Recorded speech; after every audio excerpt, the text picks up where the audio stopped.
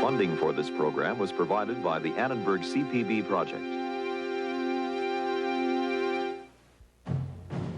In 1914, Europe cheered as the war to end all wars began, then wept as it buried over 8 million corpses.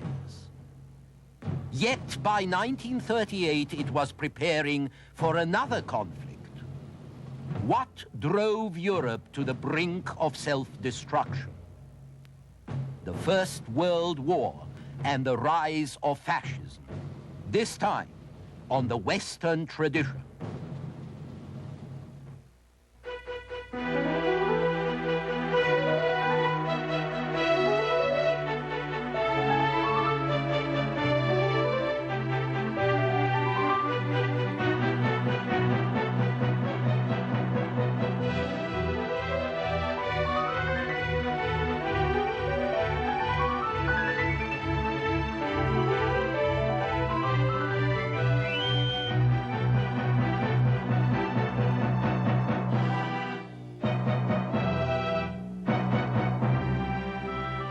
And now, UCLA professor Eugen Weber's continuing journey through the history of Western civilization.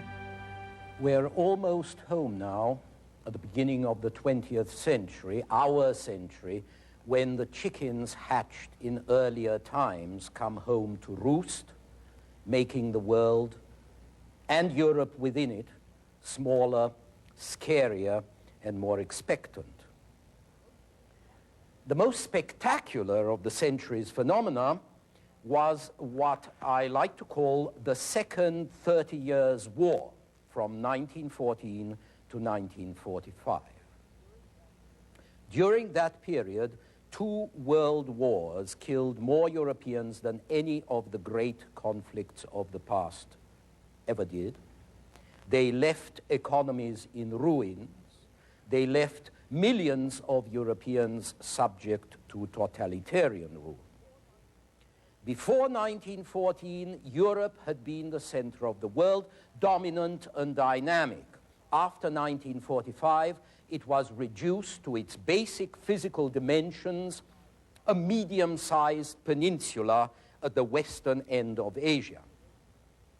Eventually, much of it would recover.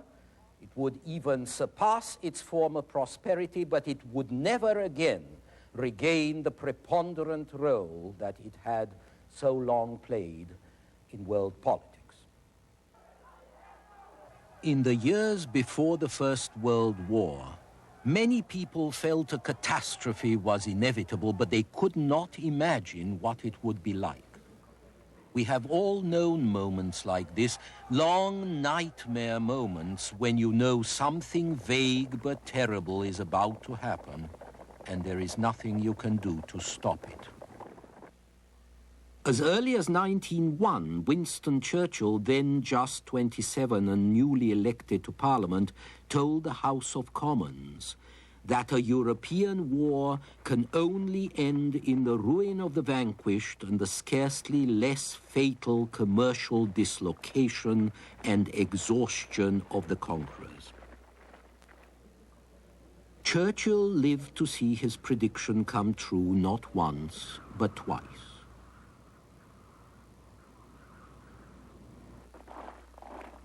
The fact is that by 1914, most of the European powers had become less afraid to fight than not to fight. Germany and Austria especially felt the balance of power was swinging against them. Once they mobilized for war, the others followed in a deadly avalanche. Sir Edward Grey, the British Foreign Secretary, a sensible, unemotional man, looked at the dusk that gathered outside his office window and observed, "The lamps are going out all over Europe. We shall not see them lit again in our lifetime." Sensible men were not much in evidence then. They seldom are. They cheered the war in all the great cities, London, Paris, Berlin. Young people welcomed it as an exciting diversion. The poet Rupert Brooke thanked the god who matched him with his hour and caught our youth and wakened us from sleeping. And so the Great War began.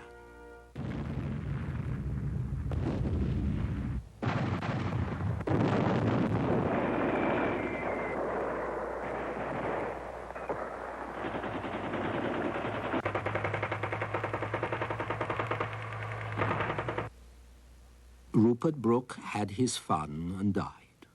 So did other millions. Those who did not die rotted and shivered in the trenches or lived to suffer long years with amputated limbs or gassed lungs. The chief contestants on one side were the British, French, and Russians, joined in 1915 by the Italians and in 1917 by the Americans, along with several smaller nations. Fighting on the other side were Germans and Austrians, along with the Turks and Bulgarians. They gained an early advantage, but then bogged down in a deadly war of attrition that went on and on until one side was hungrier and more exhausted than the other. Germany accepted the stringent terms of the armistice in the fall of 1918. Everyone agreed there had never been a war like this one and that the world could never again bear such a toll. Over 8 million Europeans, perhaps 10 million in all, died on the battlefields.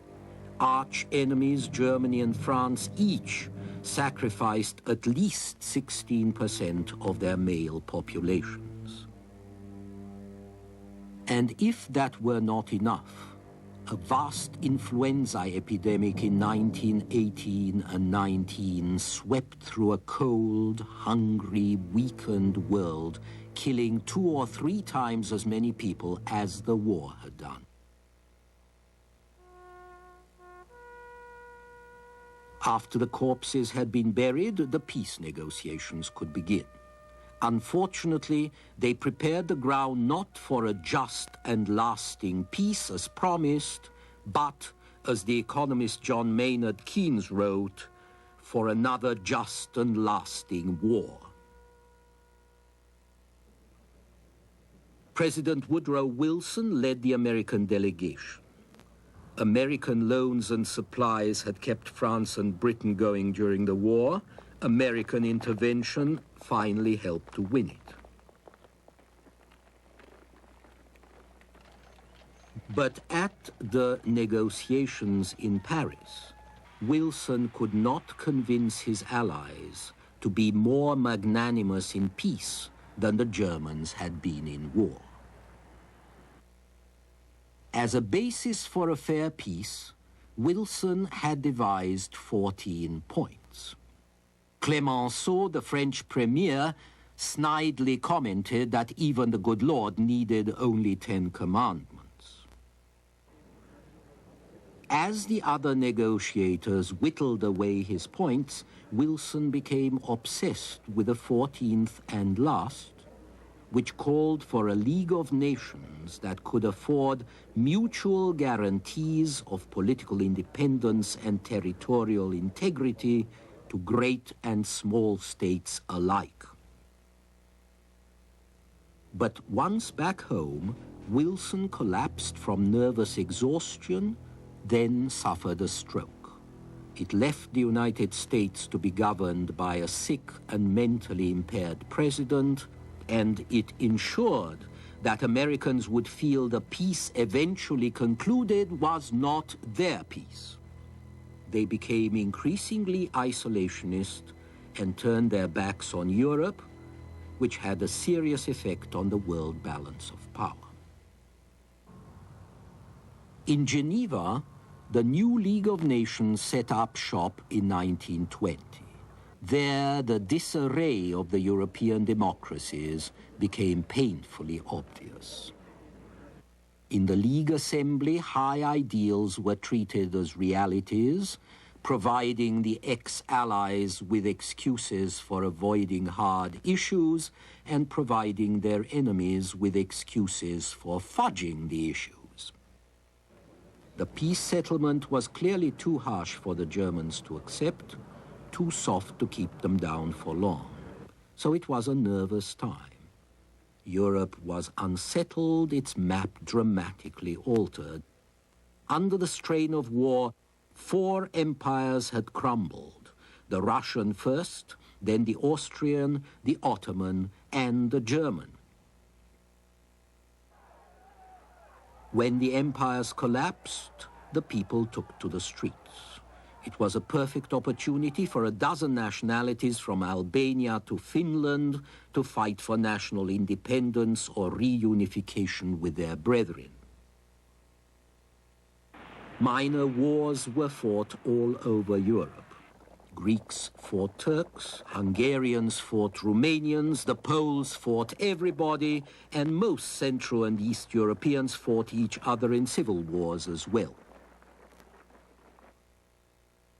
In Russia, the most significant of these wars had taken place in 1917 as 2 successful revolutions brought a small faction of social democrats into power, the Bolshevik communists, led by Vladimir Ilyich Lenin. In 1917, the Russian peasant armies were disintegrating on the Eastern Front, no match for the German war machine. Lenin and the Bolsheviks bought time by signing a peace in the city of Brest-Litovsk and giving up large parts of Western Russia to Germany. They won popular support by opting for peace at all costs. They promised land to the peasants, better conditions to industrial workers. This got them through several difficult years of civil and foreign war and allowed them to settle firmly into power. Bolshevism in Russia looked like the illegitimate offspring of Karl Marx and Ivan the Terrible. One of its distinctive marks was the widespread use of bureaucratization and of terror against the people. Lenin's secret police, a crucial element of the regime, murdered 1,000 times as many people as the Tsar's police had done. As Joseph Stalin, Lenin's successor, remarked, "A single death is a tragedy, a million deaths is a statistic." Under Stalin, about 10 million peasants were tortured and murdered in the late 1920s and 30s, killed when Russia proceeded to collectivize agriculture and prohibit family farms, an operation that also exiled or transported millions more. Collectivization has been called the most warlike operation ever conducted by a state against its own people. But this institutionalization of terror did not affect Russia alone. Communist or not, Russia is part of Europe. It's a part of the world power system. And now that Russia had been taken over by a gang hostile to the West, its former allies, Britain and France, could no longer play Russia against the Germans. And when equally disturbing men came to power, first in Italy and then in Germany, the democracies felt increasingly isolated. They could ill afford to make more enemies. Let's look at Italy first. Italy had been an ally of Britain and France in the war, but it was the least victorious of the victors. The war left a heritage of social disorder, economic anarchy, bitter frustration. The country's solution was to combine in an explosive mixture the 2 greatest dynamic forces of the 19th century, nationalism and socialism.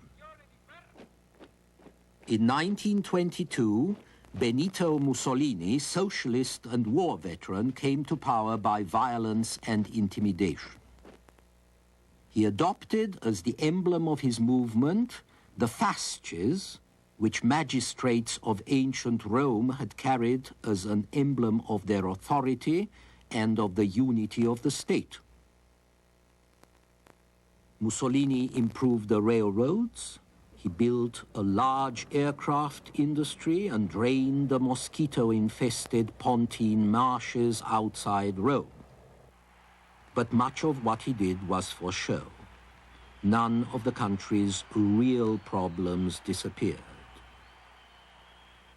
Yet, compared to Russian misery or the West's spinelessness, Mussolini's right-wing dictatorship called fascism looked like a success. One of those whom Mussolini impressed was going to surpass him, Adolf Hitler, another demagogue and National Socialist who soared to power on the wings of crisis. The Germany of the later 20s and early 30s was a disaster area. Every European country finished the First World War with its economy in tatters, but Germany's was worst. Soaring inflation made it catastrophic. Savers lost everything they had. The solid middle classes never recovered. From this point on, Germany was full of people who had nothing to lose. In 1932, during the height or perhaps the depth of the Great Depression, unemployment reached 43%.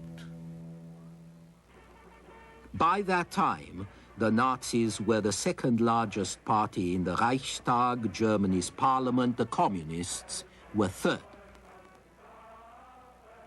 It was natural that the young and desperate, or indeed the young and idealistic, many of them students, should place their hope in Nazism with its flaming patriotism. The old order had proved its failure in the economic shipwreck of the Depression, as well as in the slaughter of the Great War. And the students were not alone. 3 years after the Nazis took over in 1933, Germany was the only industrial power to have virtually full employment. No wonder the Germans were enthusiastic about Hitler and did not ask too many questions. And so it was the losers of the First World War who dominated the politics of the 20s and 30s, while the winners could neither intimidate them nor placate them, although they tried both. Russia was beyond the pale. America remained huffily isolationist, and Britain and France drifted from squabbling to indecision to appeasement, which is when you throw your friends to the wolves, hoping the wolves will be sated before they get to you. Britain and France then drifted from appeasement into desperation, largely because they couldn't make up their minds what would be the least bad solution among a number of terrible solutions. It's easy to blame them in retrospect. I blamed them at the time. But their problems were great. And the greatest was that many of their citizens felt they had a lot to lose if they rocked the boat, while their enemies felt they had a lot to gain by rocking ever harder. France, remember, had lost 16% of its male population, and a lot more were disabled. By 1936, the French had more people over 60 than any other country. This was reflected in their conservatism and in their desperate desire to avoid a conflict. In Britain, unemployment and labor unrest were endemic. The industrial working class was first angered and then humiliated by the failure of its general strike in 1926. They were brought even lower by the Depression. The British Empire came out of the war larger than ever, but this only meant that the sun never set upon its problems. No one in liberal Britain could decide just how illiberal it could afford to be in maintaining its power over its colonies. The country's intellectual elite, which had been deeply disillusioned by the war, now combined a rejection of nationalism with hedonism. E.M. Forster, the novelist, remarked that if he had to choose between betraying his country and betraying a friend, he hoped he would have the guts to betray his country. So this was a time when both communism and fascism provided new flags to inspire and rally, and many of the best and brightest, as well as the brutish and shallow, turned to them between the wars. There was bound to be a clash between the dictators who knew or thought they knew what they wanted, and the liberal democracies rent by self-criticism and doubt, and it was an uneven match. In March 1933, the first concentration camp opened at Dachau near Munich, 2 months after Hitler came to power. 3 months later, the leader of Britain's Labour Party, George Lansbury, declared, "I would close every recruiting station, disband the army and disband the air force. I would abolish the whole deadly equipment of war and say to the world, do your worst." Well, the world was doing its worst. So Germany rebuilt its army, and men of goodwill continued to act impartially between the fire brigade and the fire. Time was running out. In Spain, General Francisco Franco led right-wing rebels against the legally elected left-wing government in 1936. The rebels were helped by the Germans and Italians. The Spanish government was supported by France and Russia. But French aid was too little too late, and the Russians were chiefly interested in helping themselves, so fascist aid to Franco proved vastly more effective and more deadly. In April 1937, the German Air Force lent a hand by bombing the town of Guernica. The raid left 1,000 inhabitants dead and the town in rubble. It had a profound effect on European diplomacy, for scenes of destruction on this scale fanned Europe's fears of mass bombing. Pablo Picasso then immortalized the raid in a painting he did for the 1937 World's Fair. So the horror of Guernica added a new dimension to the general dread of war and bolstered the democracy's reluctance to risk anything of the sort. When Hitler illegally reoccupied the demilitarized Rhineland, when he illegally annexed Austria and rode triumphantly through the streets of Vienna, the fear of war persuaded the Allies to do nothing. Then, in September 1938, Hitler pushed even further, demanding a piece of Czechoslovakia. He mobilized his army on the Czech border. Neville Chamberlain, the British Prime Minister, was appalled. How horrible, fantastic, incredible it is that we should be digging trenches and trying on gas masks here because of a quarrel in a faraway country between people of whom we know nothing. You can understand how relieved Chamberlain would be when he managed to avert war by going to Munich and making a deal with Hitler.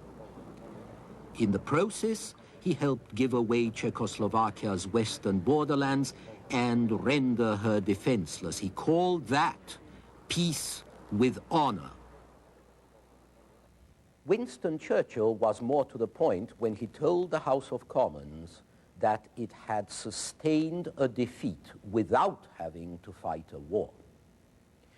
And yet, in spite of German and Italian aggression, most Western statesmen in the 1930s persisted in treating fascist leaders not as ruthless hoodlums indifferent to rules, but as politicians very much like themselves. The British Foreign Secretary, Lord Halifax, observed rather wistfully that the world would have been a much better place and easier to manage if Herr Hitler and Signor Mussolini had been to Oxford. The next best thing, it seemed, was to pretend they had. But wolves are wolves, even if you choose to pretend that they're chickens. And the hunger of the wolves wasn't going to be appeased so easily, as we shall see in our next program.